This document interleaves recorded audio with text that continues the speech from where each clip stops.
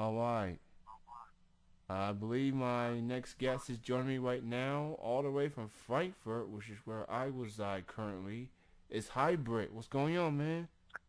Hey, what's up, man? How you doing? I'm doing real good. Thank you for joining me on the show this evening. And I don't know what happened. You said you tried to call in, and this is a Skype number, and usually when someone calls, a number pops up, and for some reason it didn't. So Uh, it's all good, man. yeah. No problem, man. I appreciate getting me on here. Well, man, let's just go ahead and begin, man. For sure. What made you decide to get into hip hop and being an artist? Well, that goes way back to the '90s, man. When I was first and foremost, I took a fancy to just writing poetry and just thoughts, and like so many people, just falling in love with rhyming words and wordplay, and expressing through the pen, and at the same time, just fell in love with hip hop and rap music at that time in the golden era. Um, and so I just, tried my hand at it. I listened. I was such a hip hop connoisseur in general. Just growing up off so much rap music. I loved all music, but I just really took a liking to hip hop and all sorts of styles.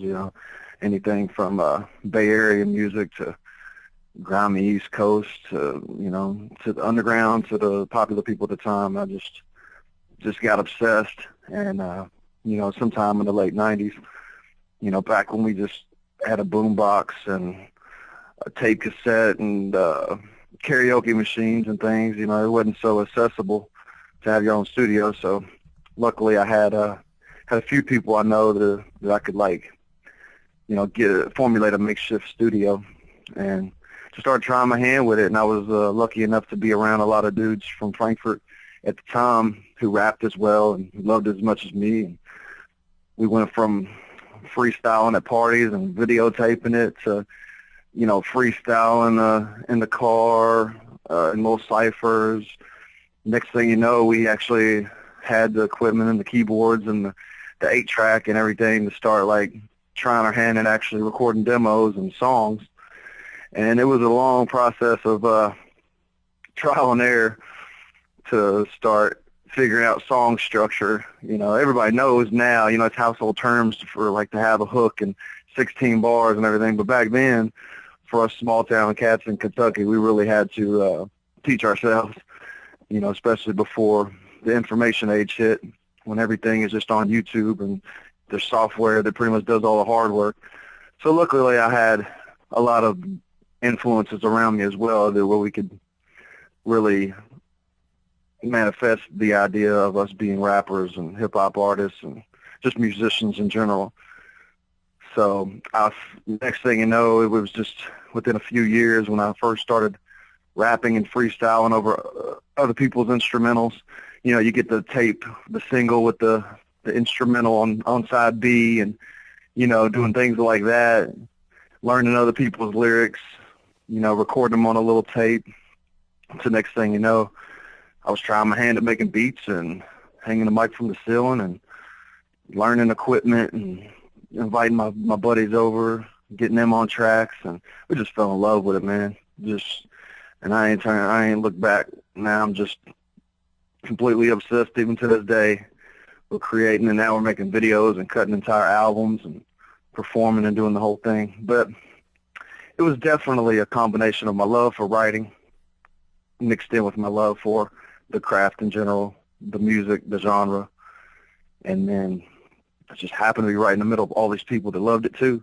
And so it was kind of motivation and a little bit of synergy, bouncing ideas and creating with my childhood friends, which we eventually started a rap group, which I was in for 10 years, known as the Basement Upstairs. But yeah, I mean, I really just fell in love with the art in general. So many artists, and then I loved all other kinds of music too, R&B and rock music of all its different flavors and everything, man. Anything from classical to punk, I loved it all. So now in modern times, I'm able to kind of really zoom in and try my hand at those different styles. But at first, you know, it was just all about ripping verses and just doing some hip hop. Well, that's awesome, man, and it's always great to uh talk to someone that's living in this neck of the woods as you are, and to see what you done, and not only you, like you said, you make your own music, you write your own songs, you do your own music videos, you even have your own events, your own shows Mm. to promote other artists. For example, you have Chucky Campbell,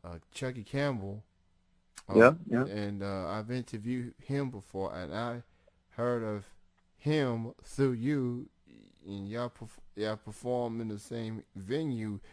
Uh, how does that make you feel as an artist?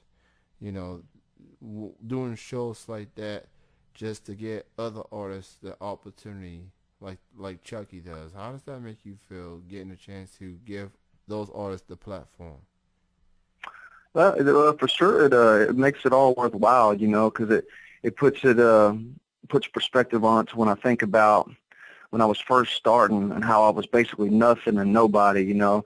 Not that I've made it now, but when I think about, you know, the timeline of how I was just this, you know, no name living in this small town, working with the bare minimum of resources and money, and you know, and there's such this big world out here, and really, you know, we have to work twice as hard from towns like this, you know, especially Kentucky in general, because we don't really have the Hollywood factor. You know, it's still, even to this day, in practically 2015, it's still an unheard, uncharted, untapped resource. But yet I look back and I think about all the nights, you know, I spent just late at night, just trying to figure out how to record tracks. And then finally, once I got a tangible demo or whatever, now I thought about, well, man, you know, all we had was like maybe 100 copies or 50 copies of something. And, you know, that's basically just going to your friends. And I just think about like how small I was and we all were. And then, you know, here it is years later, I think about my accomplishments, whether they're a small scale or not. I mean, they're obviously not huge, but they're so meaningful in hindsight, because here it is now, you know, I get so much love and respect from people all over the world via the internet. You know, I got fellow musicians in my network, producers and MCs alike, like in Canada, you know, and then like all over, that like show me respect and treat me like, wow, you know what I'm saying? Like, you're doing cool things, man. You're making great music and this and that. And, you know, I just think about in the 90s, you know, I didn't have none of that. Even Canada was just a myth, you know, places like that. And it's like, to get this respect from people from surrounding cities, such as Chucky Campbell, you know, I can remember early 2000s being in the mall in Lexington and picking up a CD back when they would let local people put their CDs in like I don't know, maybe it was a disc jockey or something. And Chucky Campbell had an old CD called Soul Sleep. It was like his first group. And I was like, wow, you know, there's other people around in these towns just like me that are grinding independently and just trying their hand at it. You know, they're burning copies and producing beats and songs, and they're actually coming here and trying to, you know, get their merchandise out there. So I think about, these are some of the artists that, you know, in unison were going through some of the same struggles and still are, as I was when I was in them cold basements, you know, like all alone, like, man, you know, just living on an ideology of this dream. And then, like, here it is years later, I'm meeting these people, and like, for instance, Chucky, you know, I got a song in the works with him, and, you know, I see his success and other people as well. And it's like really like a kind of an unspoken respect that just makes me smile, because I'm like, you know, I have came a long way, you know, even though I haven't really made it on those kind of like financial terms that we think about people that are signed with, you know, living in luxury. I've still made a lot of great friends, memories, and, you know, stepped forward when, you know, years ago I was nobody. You know, like I said, I was just rapping on other people's beats uh, just dreaming about it, and then to see the idea come to life and kind of manifest itself over the years. And now here it is, I'm kind of seen as a veteran in a way to my peers, and they're, I'm booking them, and giving them a shot when normally, we live in an area that doesn't really offer, shows to local rappers. It's something we had to like create. Like in my hometown, there was a few people that rapped growing up, but there was nobody out doing shows and cutting albums. Like my old rap group basically had to create the scene for hip hop. We had to get in with the bands and get in with the bar owners to even give us a shot to begin with. And we're lucky enough to score a couple gigs and, start getting the people to really pay some attention to it. So being in a position now where I have a fairly decent name and connections, it feels good to give back to people who I feel deserve a shot, whether because they're just a cool, humble individual that's appreciative, or they're actually just really talented, and so it feels good. It's kind of like,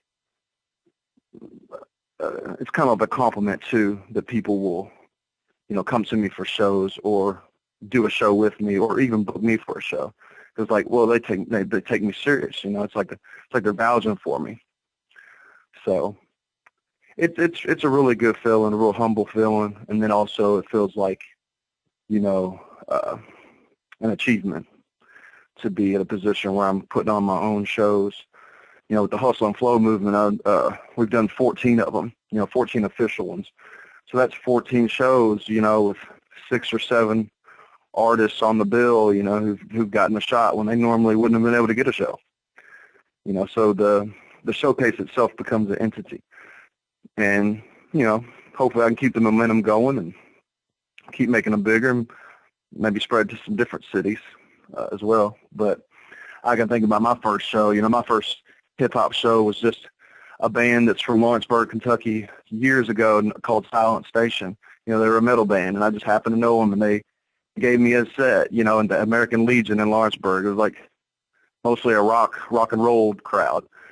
And, they took me serious, and they kind of like donated a little bit of energy to me, and I think the first step to any kind of success is for that person to take themselves serious, and when you have people that vouch for you and give you that chance, you kind of subconsciously take yourself a little bit more serious, it's just like a boost of energy. So I'm appreciative of all the people that booked me over the years, so it's just natural to be able to book other people and kind of return the favor a little bit. And I give you a lot of credit for doing that, and it shows that artists such as yourselves that's looking to name for your name for yourself, that you're willing to be a helping hand to other unsigned artists or indie artists as well. And it just shows that there's unity for local talents, and that's all for the same cause. That's all looking to reach to bigger heights, whether it's maybe a major label deal or maybe something more than that, or just at least getting the music heard. Because regardless if you are an indie artist or unsigned artist, at the end of the day, you want your music heard. You want your music to impact people, impact their lives, and just that just what at least what I feel, that's what it boils down to. Is you just want to be heard, and you want an opportunity to anyone out there. So I say keep it up, continue to do that, and it just shows there's unity in hip hop in general.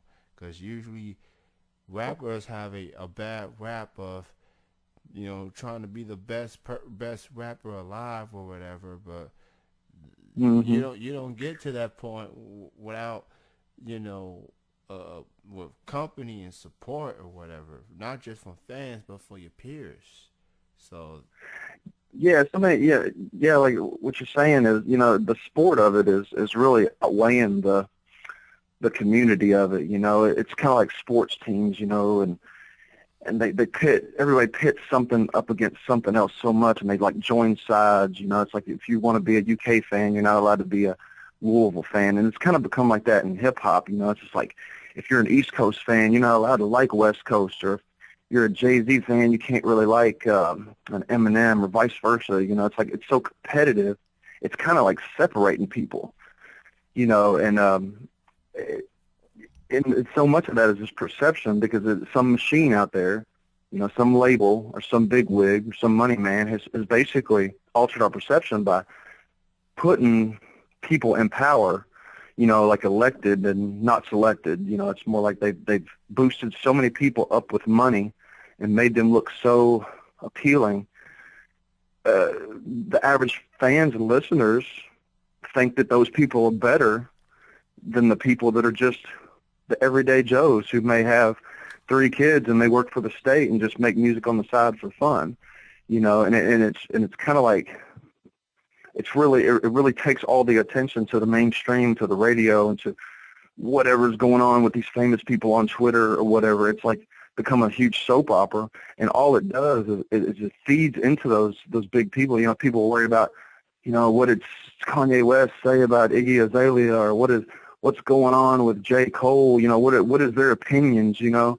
And all it does is just keep feeding this Hollywood monster for those people. You know, somebody said that, like, it takes millions of dollars to become famous, but it takes twice as much money to keep them famous.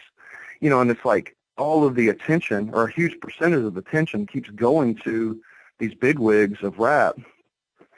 And meanwhile, it makes it harder and harder for the independent, underground, low-budget, everyday people, you know, in towns like Frankfurt, you know what I'm saying, to be taken serious, because everybody thinks, well, oh, if you're not really on that level, you know, if you don't have a machine behind you pushing you, if you're not doing huge numbers, you know, you're like not as good, you know, something must be wrong to where you haven't made it yet, you know.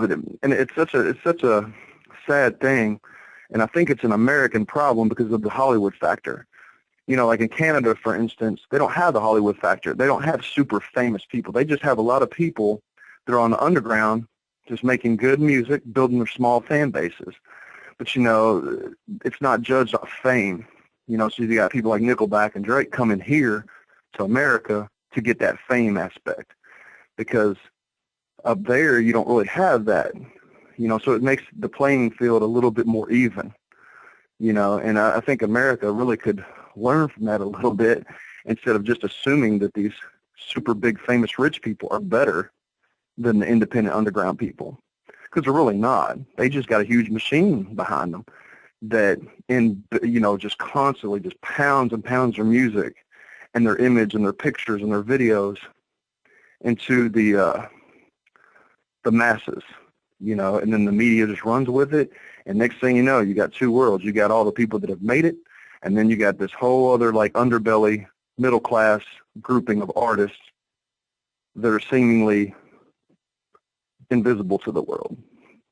You know, and I've always kind of had this anti-industry mentality, because I know for a fact that I know personally super talented MCs and singers that are just as good as people out there on the big screen.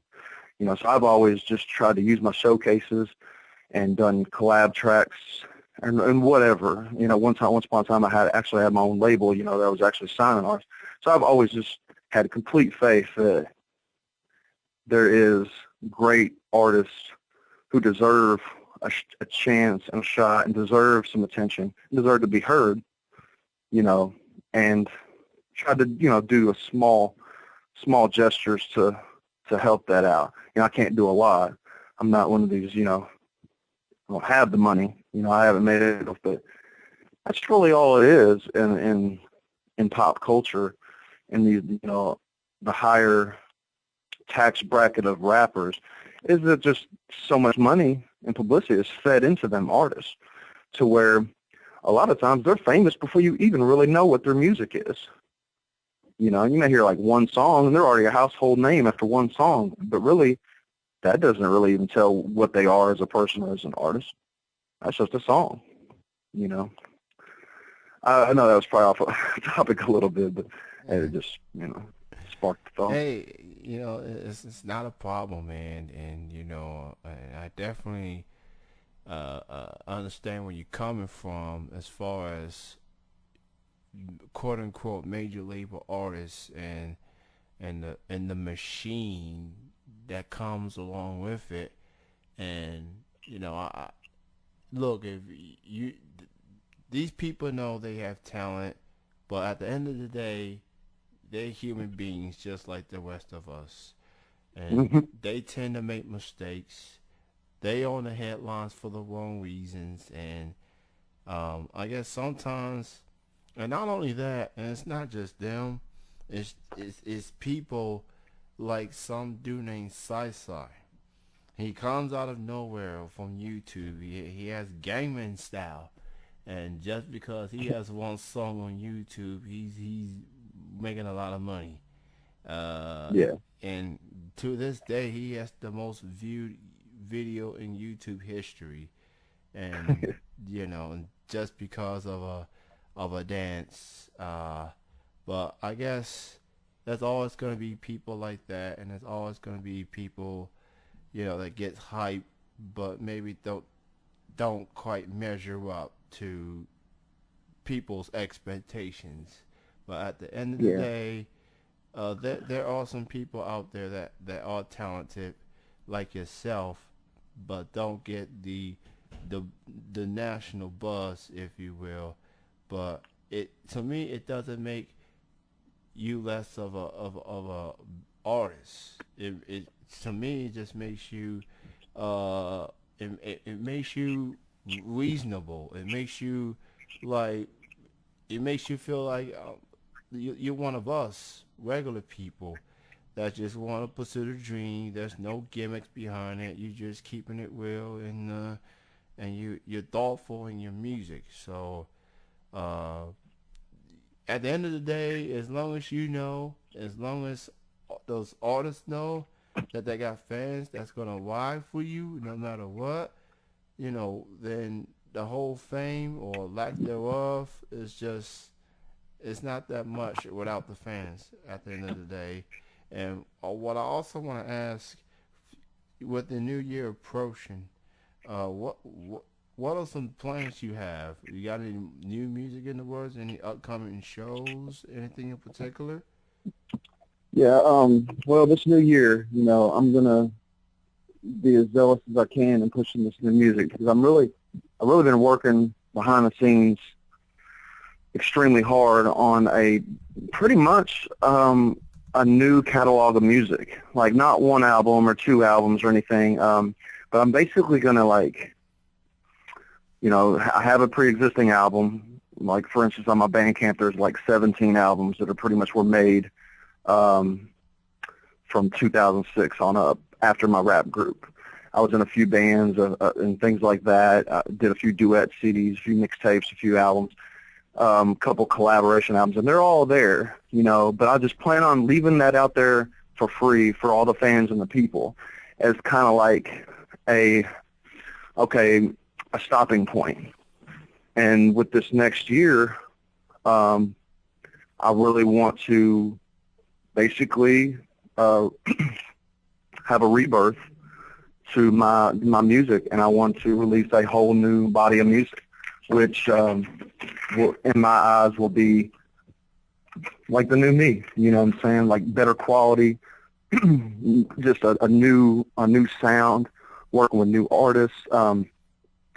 I don't know exactly how I'm going to do it as far as the process of it, because I don't know how to release a lot of albums without overwhelming the people and confusing them, because I've been critiqued before for doing too much.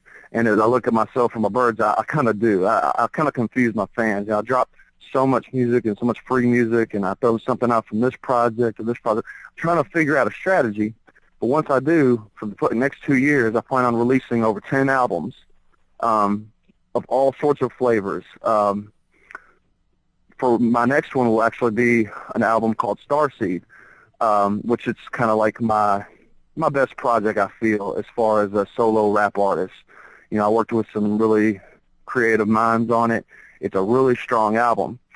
But then I'm planning on releasing another album that's not really hip hop. It's every song is a different genre. I have Southern Rockaman, Rockabilly, and pop, and EDM, and R&B. You know, I really wanted to experiment. Hooked up with a producer from Georgia named Jay Smets, and he basically provided me with instrumentals that sound more like a real band. You know, a lot of guitar-driven instrumentals. So he really allowed me to create and become more of a singer. So that's, you know, for instance, that's another project I'm dropping. I'm doing an album with an artist from Versailles known as Drix, a friend of mine. We're doing a duet album. So, you know, I plan on, like, dropping all sorts of albums. I won't list them all, but basically a whole new, fresh body of music that nobody's heard out of nowhere. I really want to, like, show people, you know, my range as an artist and as a singer and a rapper, but I also want to, like, shock them, like, wow, he really just dropped a whole new catalog, you know, on top of the one he had. You know, I've got a mixtape I did with a producer in California, just seemingly out of nowhere. We did a whole mixtape. It's raw, it's rugged. I mean, it's filled with freestyles and throwaway rhymes and freshly written things, and it kind of follows a certain theme. And then I also did a mixtape with a longtime producer from Frankfurt known as PB3, and that's something we're going to target more of the mixtape scene. So I'm just going to drop a whole slew of music, you know, like, that nobody's heard.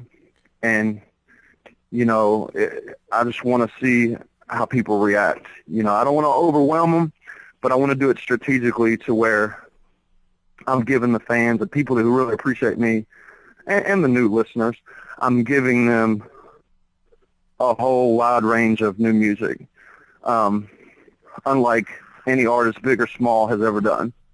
You know, I've got a huge catalog now that's there, and I want that to be marinating and be there for people if they want to investigate a little bit. But I also want to drop so much new music, and, you know, good quality music, not just throwaway tracks, but actually good sounding mix and mastered album ready music, you know, accompanied by music videos and everything. But I want to just drop a whole new catalog within the next 2 years. And it's there. I mean, it's done. It's sitting on my desktop waiting to be released. I just don't know how to do it yet without overwhelming and confusing people. So that's what I'm working on now. It's like, how do I go about this? You know, and do each album justice, and without a big machine behind me. You know, if I had a big machine, they'd handle all that. But see, it being it's just me, I have to do some sort of strategy. Man, with all the music you plan to put out, you are your own machine at this point. I just hope, me personally, I hope you got some time to rest your voice with all that recording you about to do. That's my... Yeah, man, it was a lot, man, and it's still going. You know, I'm always working. You know, always. Like, it's just like the part-time, full-time job that doesn't pay well, put it like that, because I do it like a labor of love. You know, I maintain realism. You know, I raise my son, and I pay for my house, and I work, and, you know, I maintain my relationships, but I'm not out here clubbing and partying and running around. You know, what I do for fun is I'm in that studio. That's my place of peace. That's my place of bliss, where I can just create. I can turn off the news for a day. You know, I can just get in there and do what I do joyfully.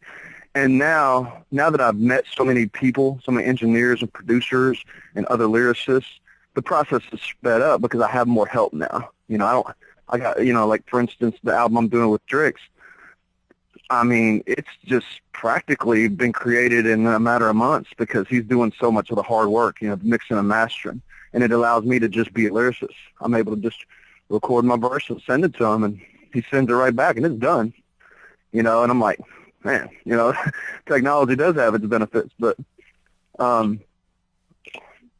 Yeah, man, I love it. I'm constantly writing, constantly creating. A lot of it's done spur of the moment. You know, I'll do a lot of improv in the studio. You know, especially some of the singing tracks, and I'll just kind of close my eyes and go with it a lot of times. And, you know, I have a blast doing it. That studio is like my diary. You know. My last question for you is for people that wants to learn more from your music and upcoming performances. Why don't you go ahead and promote your social media links, Twitter, Facebook, website, etc. Well, to make it easiest, you know, regardless what social site you use, I mean, everybody uses different ones more. I can be found on any of them just with the keyword Hybrid the Rapper. You know, my Instagram's Hybrid the Rapper, my Twitter, you know, I have a Facebook. If you just go to the YouTube toolbar, you just type in Hybrid the Rapper, you know, and it'll just be pages upon pages. I try to really show off on YouTube, whether it's live footage or poetry or a music video. You know, YouTube seems to be the most universal and well-known of all of them, so I always try to keep in mind that that's probably the best one. But SoundCloud, Reverb Nation, all those, Instagram, just Hybrid the Rapper. You just be able to type that in and follow me or subscribe or whatever. And then I also have a real website, which is www.hybridtherapper.com. And for the most part, I've got everything linked to that one. So it would be a pretty cool place to visit, you know, because from there you can go right to my Bandcamp. And like I said, there's 17 albums on there for free. And it's not all solo albums. I used to be in a rap rock duet along the lines of some Linkin Park type of stuff. I mean, those albums are on there. I've done 4 collab albums with people from all over the world. Those mixtapes are on there. There's all sorts of music. But it's basically like my midlife catalog. Like I said, I'm about to drop a whole new one. But all that's out there for the taking. You can stream it there. You can download them for free. You can even donate however much you want, but they're all free. You just go on there to Bandcamp and say, you know, click download, and it'll ask you how much you want to spend. You can put $0 and they're yours. But yeah, anything else, Facebook, Twitter, Instagram, SoundCloud, Bandcamp, YouTube, all you just got to do is type in Hybrid the Rapper. Well, man, it was great chatting with you. It's also great to finally get this interview to happen, considering circumstances, the last 2 attempts. And you know what they say, the third time is the charm, so I'm happy. It surely was. So one of these days, I'm definitely going to have to see you perform in person, and it's going to make it a lot easier since you live in Frankfurt, and I live in Frankfurt at the moment. So I'll definitely keep an eye on your next Frankfurt appearance and do what I can to stop by and see you perform. And thank you so much for being the last interview guest of 2014. I truly appreciate it. Thank you again, man. I appreciate it. Oh, I appreciate it, Kenny, man. Thanks for taking some interest and, you know, giving me an opportunity to speak on it. And yeah, just whether it be Facebook or whatnot, I'll definitely keep you in touch with all the performances and things. I mean, I'm usually for the most part around Louisville, Lexington, Frankfurt, you know, this area. So yeah, I'll keep you in the loop, and you know, hopefully much success to you on the radio station, and have a good holiday. You too, man. Once the new music comes out, you let me know, and I'll be happy to play it live on the show. Yeah, cool, man. It sounds good. I really appreciate it. All right, you have a good night, man. You too, bro. All right, bye-bye.